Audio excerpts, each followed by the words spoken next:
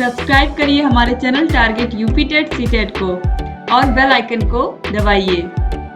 Hello friends, मैं रेनू स्वागत करती हूँ आप सभी भावी अध्यापक एवं अध्यापिकाओं का आपके अपने channel target UP TET C TET. दोस्तों, आज की इस वीडियो में हम आपके डीएलएड सेकेंड सेमेस्टर के इंग्लिश सब्जेक्ट के मोस्ट इंपॉर्टेंट बहुविकल्पी क्वेश्चंस को पढ़ने वाले। दोस्तों, ये सारे क्वेश्चंस आपकी पवन सीरीज के हैं, तो चलिए स्टार्ट करते हैं इनको। हम क्वेश्चन नंबर 1 से स्टार्ट करते हैं। तो क्वेश्चन नंबर 1 है, हु इन्वेंटेड बाइलिंगुअल मेथड। दोस्तों, जिन भी प्रशिक्षुओं को कहीं भी कोई भी प्रॉब्लम है किसी भी सब्जेक्ट को लेकर के, आप सारे के सारे विषयों की हैंड रिटन नोट्स है हमारे पास, आप सारे विषयों की वीडियोस देख सकते हैं। अगर आपको इंग्लिश में कहीं भी कोई प्रॉब्लम है, हर एक चैप्टर को बहुत ही आसान भाषा में मैंने पढ़ाया है। अगर आपने सारे के सारे चैप्टर्स को अच्छे से देख लिया इंग्लिश के, तो जो भी डर है आपका वो तुरंत खत्म हो जाएगा। तो आपको सारे के सारे विषयों की लिंक मिल जाएगी डिस्क्रिप्शन बॉक्स और कमेंट बॉक्स में। अगर लिंक नहीं मिल रही है तो आप कमेंट करिए, हम आपको कमेंट के नीचे लिंक प्रोवाइड कर देंगे उस सब्जेक्ट की, ताकि आप लोग आसानी से वीडियोस को देख पाएं और जो अपनी तैयारी है उसको बेहतर बना पाए। क्योंकि हमारे बहुत सारे ऐसे भाई बहन हैं जिनको इंग्लिश में और मैथ में बहुत डर लगता है,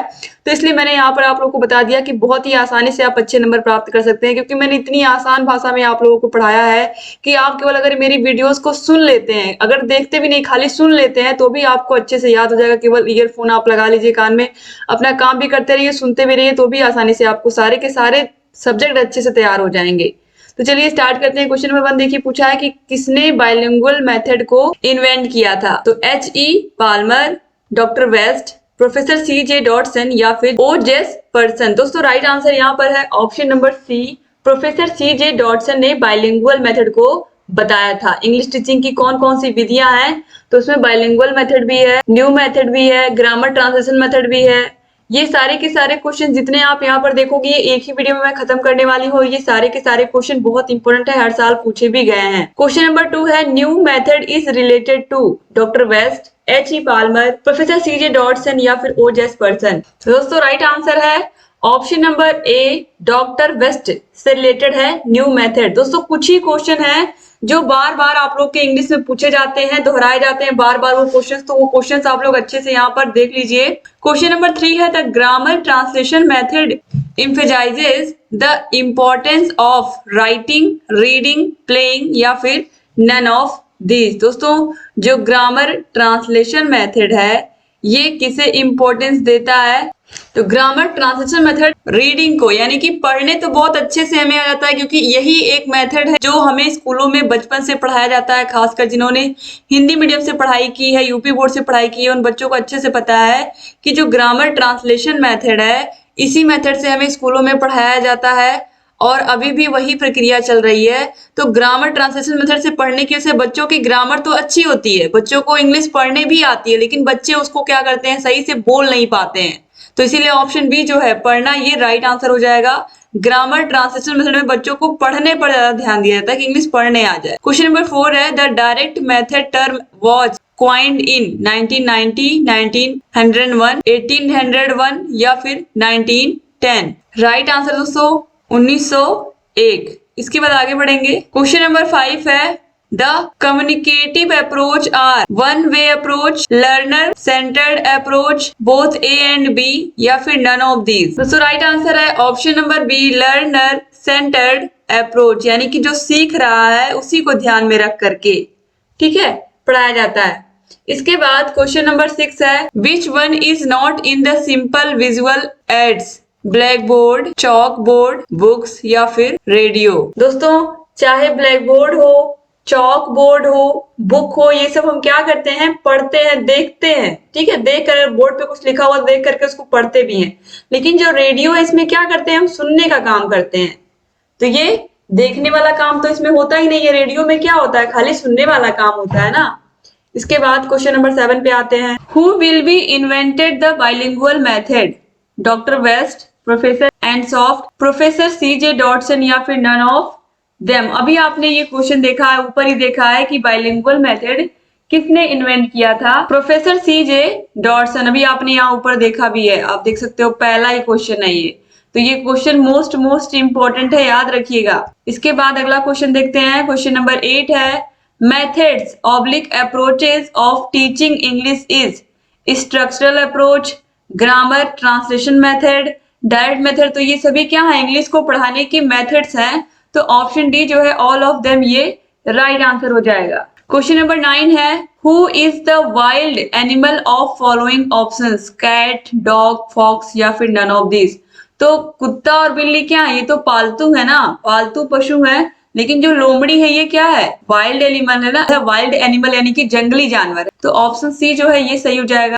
क्वेश्चन नंबर 10 है choose the name of bird, deer, crow, lion, car. तो इसमें क्रो मतलब कौवा, कौवा क्या है, बर्ड है ना, तो इसलिए ऑप्शन बी जो है सही हो जाएगा। क्वेश्चन नंबर 11 है choose the name of plant in following options, turnip, lily, sando या फिर नन ऑफ दीज। दोस्तों यहाँ पर देखिए पूछा है choose the name of the plant in the following options, यानी कि इसमें प्लांट चूज करना है, तो प्लांट ये लिली का है, ऑप्शन बी जो है ये सही जगह। स्पेलिंग यहाँ पर टर्निप दिया हुआ है जबकि टर्निप होता है, सलजम में भी स्पेलिंग गलत दिया हुआ है। यहाँ पर देखिए संडो दिया और संडो नहीं सनडाउन यहाँ पर होना चाहिए, तो सूर्यास्त होगा, तो यहाँ पर स्पेलिंग ही नहीं सही दी है।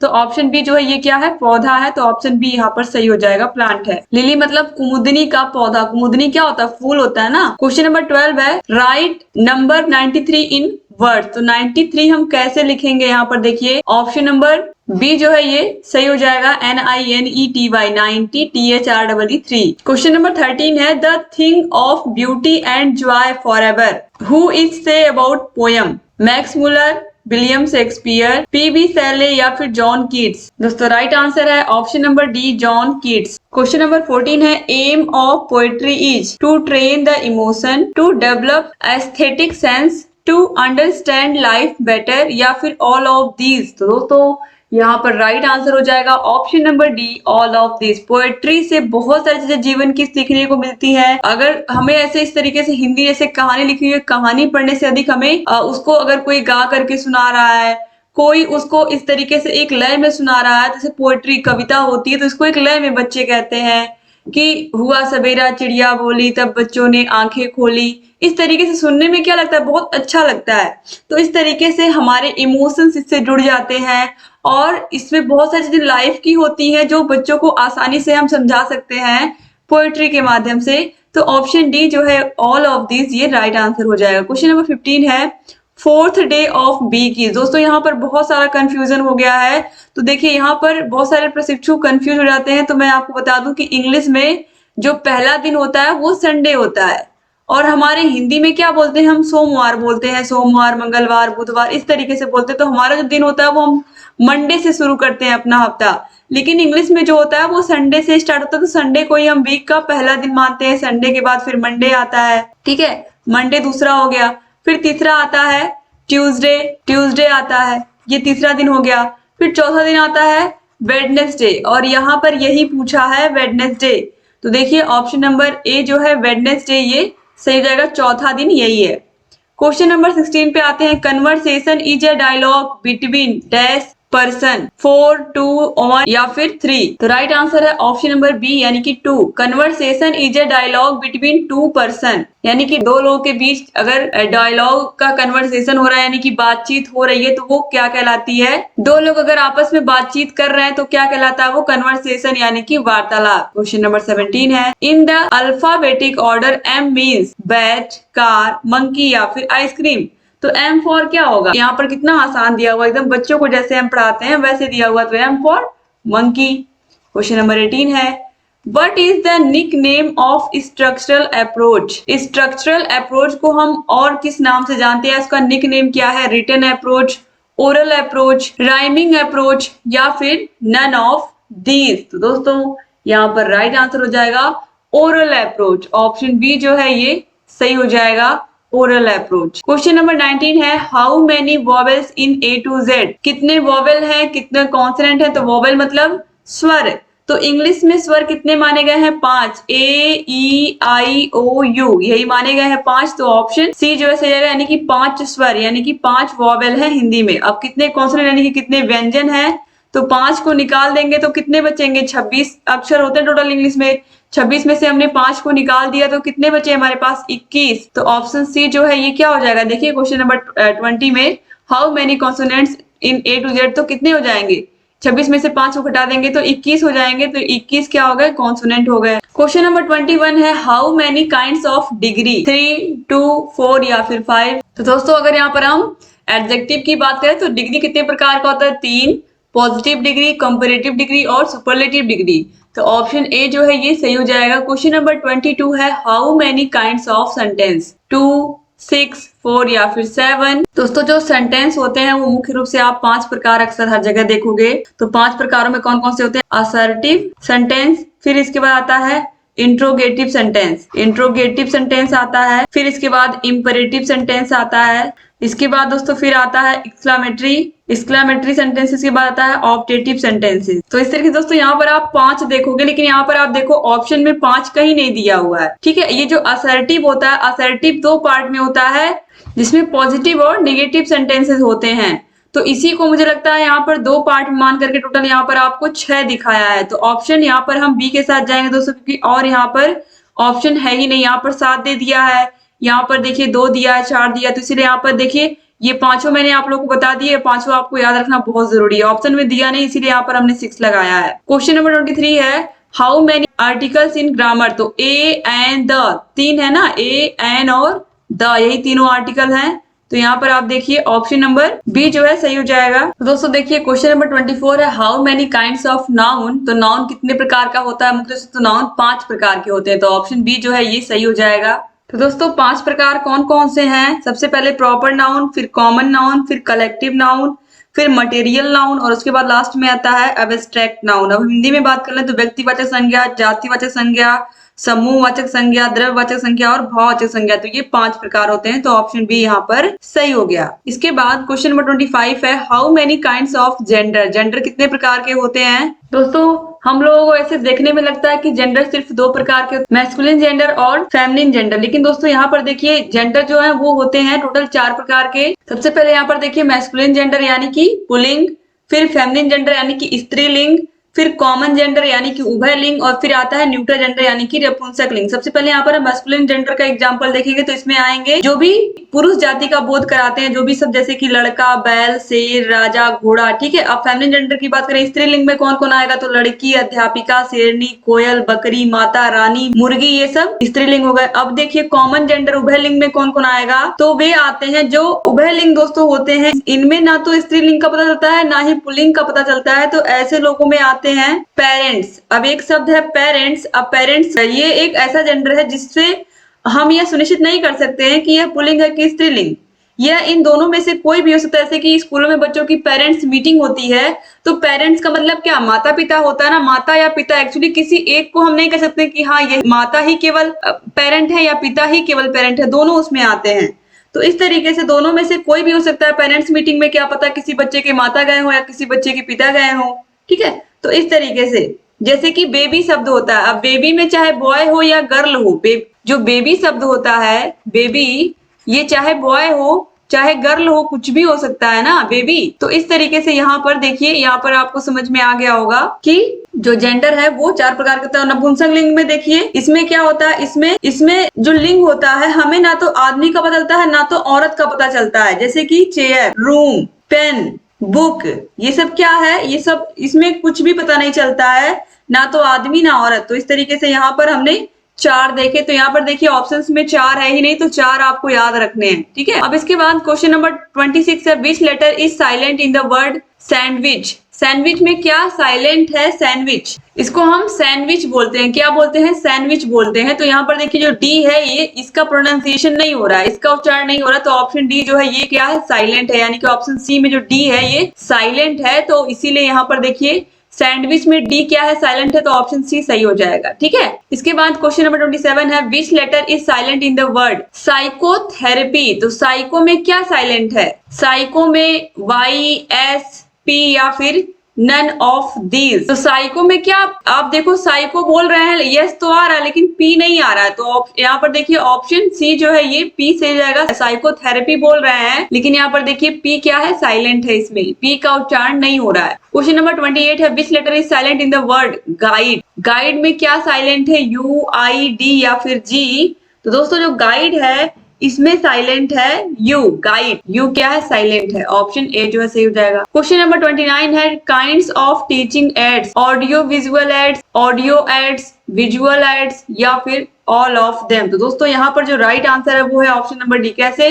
क्योंकि जो टीचिंग एड्स होते हैं, जो टीचिंग के लिए टीएलएम यूज होते हैं, जो साज शिक्षण सामग्रियां होती हैं, उसमें जो श्रव्य सामग्रियां भी होंगी, जैसे कि रेडियो हुआ, देखने वाली भी होंगी, सुनने वाली भी होंगी, जैसे कि टेलीविजन हुआ, केवल देखने वाली भी होंगी, जैसे कि चार्ट पेपर हुआ। तो ऑप्शन डी जो है ऑल ऑफ देम सही हो जाएगा। क्वेश्चन नंबर 30 है, aims of teaching grammar is. Grammar को पढ़ाने का क्या उद्देश्य है? To develop understanding for language, to develop scientific attitude, to assimilate correct pattern of language, या फिर ऑल ऑफ दीज। तो दोस्तों यहाँ पर राइट आंसर होगा ऑल ऑफ दीज। ये सारी चीजें बच्चों को सिखाने के लिए। क्वेश्चन नंबर 31 है, a good lesson plan describe.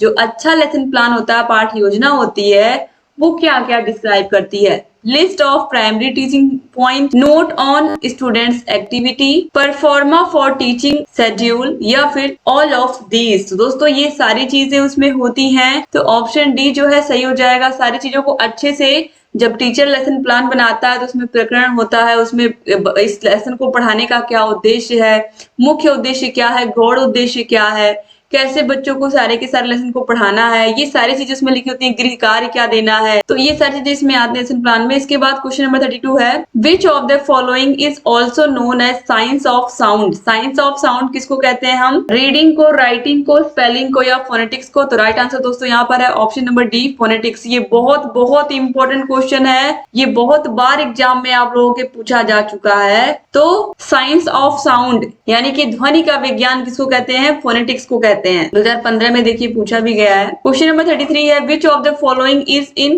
Possessive case? I, me, you, या फिर माइन। तो यहाँ पर दोस्तों राइट आंसर हो जाएगा माइन। ऑप्शन डी जो है ये सही हो जाएगा। क्वेश्चन नंबर 34 है, which letter is silent in the word. तो आप देखिए यहाँ पर जी, एन, ए या फिर टी, इसमें से कौन सा वर्ड है जो साइलेंट है? तो यहाँ पर दोस्तों हो जाएगा ये, इसको हम पढ़ेंगे नेट। जैसे देखने में लग रहा है नेट, लेकिन इसको पढ़ेंगे हम क्या? नेट। तो which letter is silent in the word net.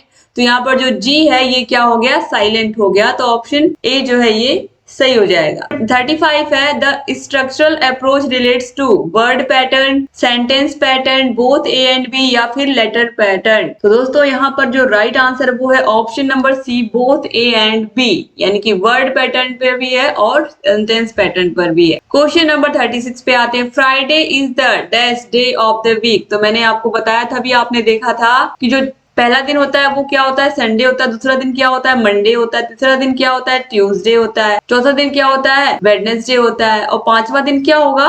पांचवा दिन हो जाएगा थर्सडे। छठवां दिन क्या हो जाएगा? फ्राइडे। तो इस तरीके से यहाँ पर छठवां दिन, देखिए फ्राइडे ही पूछा है, तो फ्राइडे क्या हो जाएगा दोस्तों? यहाँ पर छठवां दिन हो जाएगा सप्ताह का। इंग्लिश में याद रखिएगा संडे से सप्ताह शुरू होता है, तो आप इंग्लिश का ही लीजिएगा। तो यहाँ पर ये सारे के सारे क्वेश्चन पूछे हुए हैं पहले के। क्वेश्चन नंबर 37 है, Who invented bilingual method? आप देखिए ये क्वेश्चन 2017 में भी पूछा गया था, 2016 में भी पूछा गया, लगातार सालों में ये क्वेश्चन पूछे गए हैं। तो बाइलिंगुअल मेथड किसने इन्वेंट किया था? तो professor CJ Dodson. Option A जो है ये सही हो जाएगा।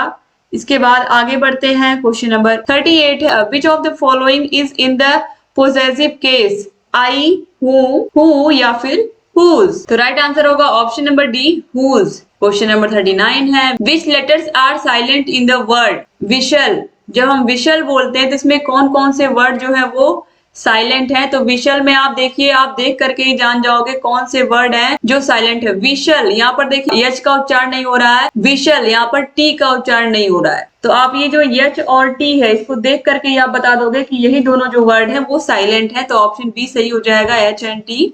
इसके बाद देखिए क्वेश्चन नंबर 40 है, which of the following words is adjective? Choose, chooser, choosy, या फिर चूजली। तो दोस्तों यहाँ पर जो राइट आंसर है वो है ऑप्शन नंबर सी, चूजी। कहते नहीं है वो इंसान बहुत चूजी है, यानी कि उस इंसान की क्या है, ये विशेषता है कि वो चीजों को बहुत चुनता है तभी लेता है। जूते के मामले में, कपड़े के मामले में, किसी चीज के भी मामले में, व्यक्तियों के मामले में कोई इंसान क्या है, बहुत चूजी है। तो यहाँ पर ऑप्शन सी जो है वो सही हो जाएगा। क्वेश्चन नंबर 41 है, find out the correctly spelled word. इसमें करेक्टली स्पेल्ड वर्ड कौन सा है? तो मंडे गलत लिखा है, ट्यूसडे गलत लिखा है, सैटरडे भी गलत लिखा हुआ है, तो वेडनेसडे क्या ये सही लिखा हुआ है। तो ऑप्शन डी जो है ये सही हो जाएगा। इसके बाद आगे बढ़ते हैं, क्वेश्चन नंबर 42 है, bilingual method is invented by. दोस्तों ये क्वेश्चन अभी चौथी बार मैं आप लोगों को बता रही हूँ। ये क्वेश्चन बाइलिंगुअल मेथड किसने इन्वेंट किया था? Professor CJ Dodson. ये चौथी बार आ चुका, तो ये मोस्ट इंपोर्टेंट क्वेश्चन है, इसका आंसर आप जरूर याद रखिएगा।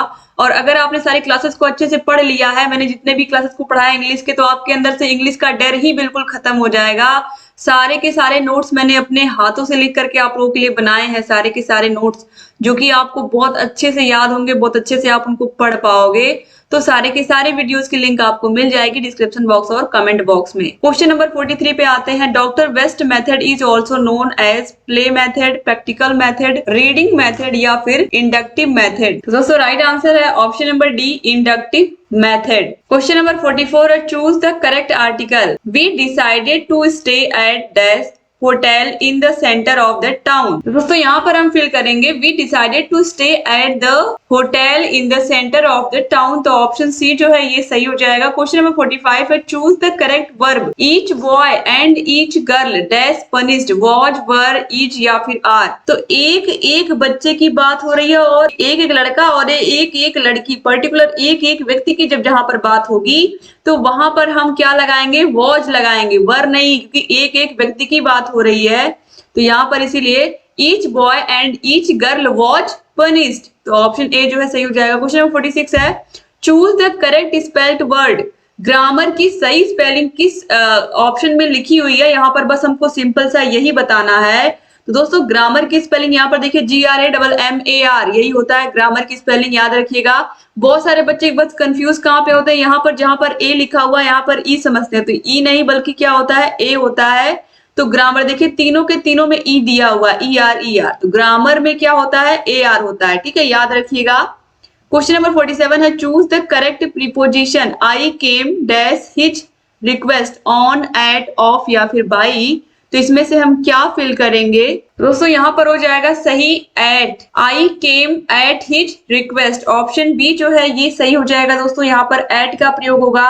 जैसे कि एग्जांपल मैं आपको बताती हूँ, at my mother's request I began learning music, ठीक है, इस तरीके से। तो यहाँ पर क्या होगा? एट लगेगा, एट बिल्कुल सही है। क्वेश्चन नंबर 48 है, चूज द करेक्ट आर्टिकल।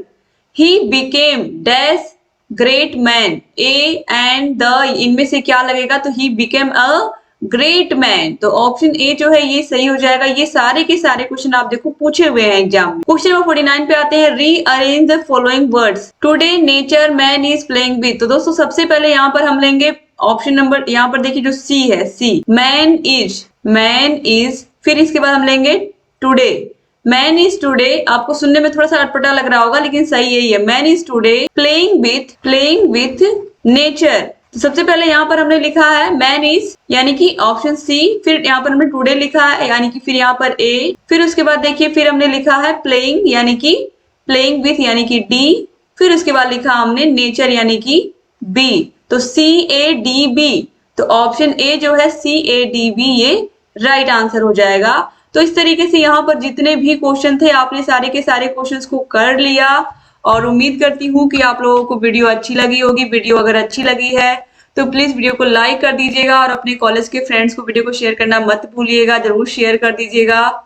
उम्मीद करती हूँ कि आप लोग सारे के सारे वीडियोस को देख रहे होंगे, सेकंड सेमेस्टर के सारे वीडियोस को आप पढ़ रहे होंगे हर एक विषय के। दोस्तों आप हमारे टेलीग्राम चैनल को भी ज्वाइन कर सकते हैं, टेलीग्राम का लिंक भी आपको डिस्क्रिप्शन बॉक्स और कमेंट बॉक्स में प्रोवाइड करा दूंगी। टेलीग्राम पर जाकर के आप सारे के सारे वीडियोस को देख सकते हैं और जहाँ कहीं कोई भी समस्या है हमसे बता सकते हैं।